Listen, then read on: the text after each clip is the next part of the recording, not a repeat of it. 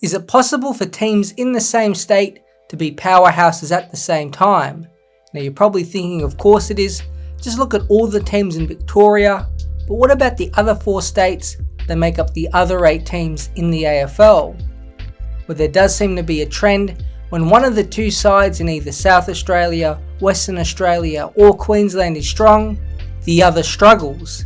As with a lot of trends in sport, there is an exception that has been a feature of the last few final series, and there might be a big reason for it. The premise of this idea of interstate power shifts was recently brought up by reporter Greg Johnston. He did a piece on the ABC about the possibility in WA that the Fremantle Football Club, if they could get their hands on a maiden Premiership Cup, could explode, and that there is no telling just what sort of Goliath will emerge once the monkey is finally off their back. The West Coast Eagles have been the biggest side in Western Australia forever.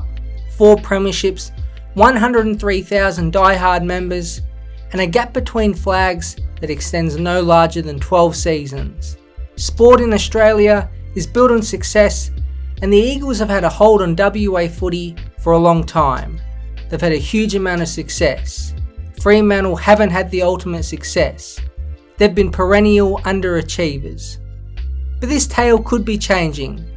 Fremantle averaged more people at Optus Oval per game than West Coast in 2024, and the emergence of a team littered with young players and those in their prime is exciting for the club's total of 62,000 members, which should grow again in 2025.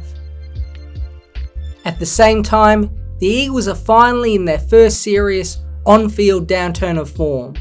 4 straight years with no finals, and unless a massive shift in personnel happens in a couple years, which would be a miracle, or all of their young players boom, there may be a few more years without finals footy. This is a more macro view of the power dynamic between the clubs, but the biggest trend seems to be when West Coast are good, Fremantle are bad, and when Fremantle are good, West Coast are bad.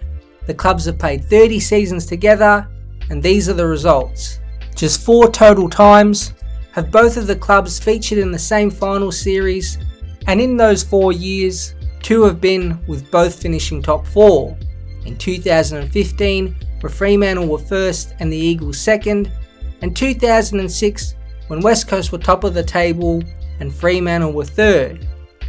The sides combined have reached 5 grand finals in this period of time, and only in 2 of those years were both in finals.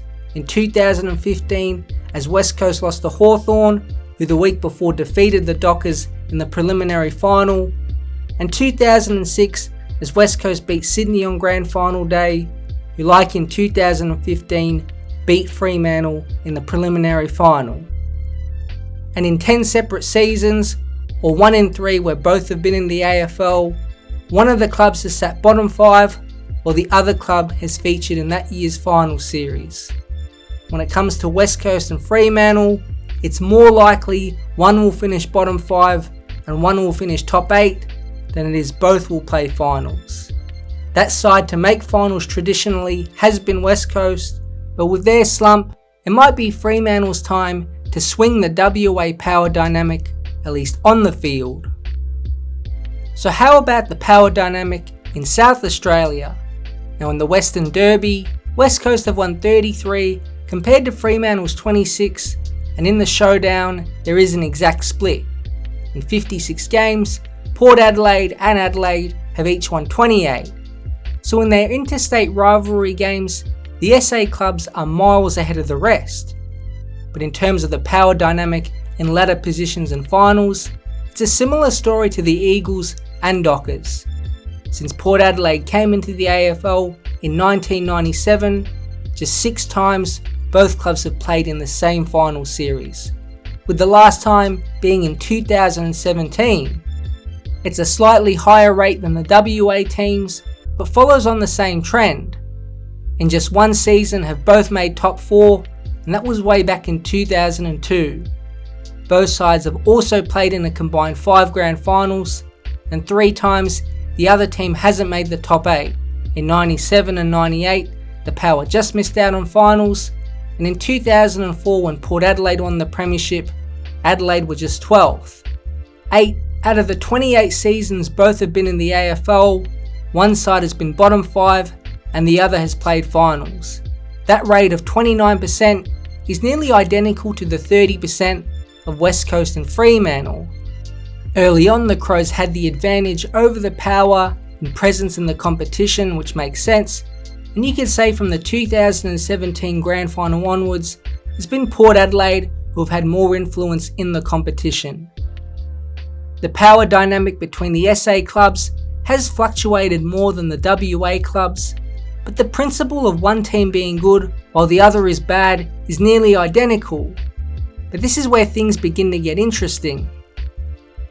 If we have a look up north in Queensland, there is one-way traffic.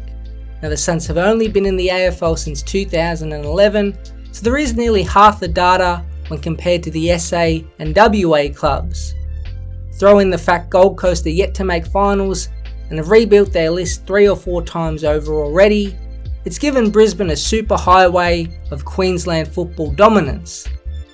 The Lions have won 20 of the 27 Q clashes, and competition-wide, the result is similar. In the 14 seasons the Lions and Suns have been in the AFL, 4 times Brisbane has made finals, and the Suns have finished bottom 5. That is a 29% rate, and again follows that exact same pattern as the previously mentioned interstate clubs. Now you can argue that because the Suns were a young team early on, the data is skewed, but the 4 instances of top 8 finishes for Brisbane and bottom 5 finishes for the Suns have all occurred since 2019, well in advance of the Suns' initial seasons. The Queensland teams are far more similar to West Coast and Fremantle in terms of their power dynamic, with Brisbane the equivalent to West Coast and Gold Coast the equivalent to Fremantle, but the Suns do have young stars and a 3-time premiership winning senior coach, and they're looking to change that. So this brings us to the final interstate pairing of Sydney and GWS. They are the odd couple. 13 seasons together in the top flight, and a remarkable 6 times they've been in the same final series, a touch below 1 in every 2 years. They blow the other interstate rivalries out of the water in terms of joint finals campaigns and matchups. The Western Derby has never seen a finals game played, the Q Clash the same, and the only showdown in September was the 2005 semi-final where Adelaide defeated Port Adelaide by 83 points. The Swans and Giants have already played each other in 4 finals, with the Giants up 3 games to 1, and in their all-time matchups, Sydney have the advantage between the clubs with 19 wins to the Giants' 10. Besides the foundation years of the Giants, both clubs have been successful together in terms of those final series. There are a few reasons why, and some clear advantages both clubs have had over the other interstate teams that have kept their power dynamic generally equal. The first is that both clubs have been well run up to this point. Sydney have been one of the most consistent teams in the 2000s, and GWS since 2016 have played finals 7 times. Unlike Fremantle, who dipped in the late 2000s, West Coast the last 4 years, the Power after 2007, Adelaide after 2017, and Gold Coast, who have always struggled, there have been no long-term dips from either New South Wales club. It's a credit to their boards and coaches over their existence. But the other significant factor is their club academies. It's given both teams a big leg up in the draft by giving them access to the best local talent.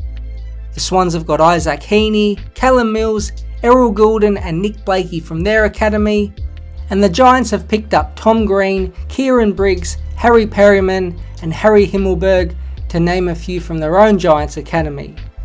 It's been a consistent pathway for both clubs to get in good players while denying other clubs access to the same talent. Now the same academy benefits are beginning to show in Queensland, with Brisbane and mainly Gold Coast getting in a ton of highly rated juniors, so time will tell if their northern academies balance out play on field. So far it really hasn't, and And when you factor in the cost of matching bids of academy players is increasing, perhaps Sydney and GWS might retract slowly back to the mean of the other interstate duos. It is fascinating how similar the power dynamic has been for the interstate clubs besides New South Wales. One team is often up while the other is often down. Percentage wise, the facts prove this is more likely than both sides battling in finals. There are hundreds of small individual reasons why this often happens in any given season, but in the big picture, it does seem to be down to the fluctuations of the AFL competition. But a lot of the focus next year and beyond will be out west. West Coast have been the traditional big brother over Fremantle, and with the Eagles in the middle of their first significant down period, let's see if Fremantle and their young core can rise up and truly shift the power dynamic of football in the state.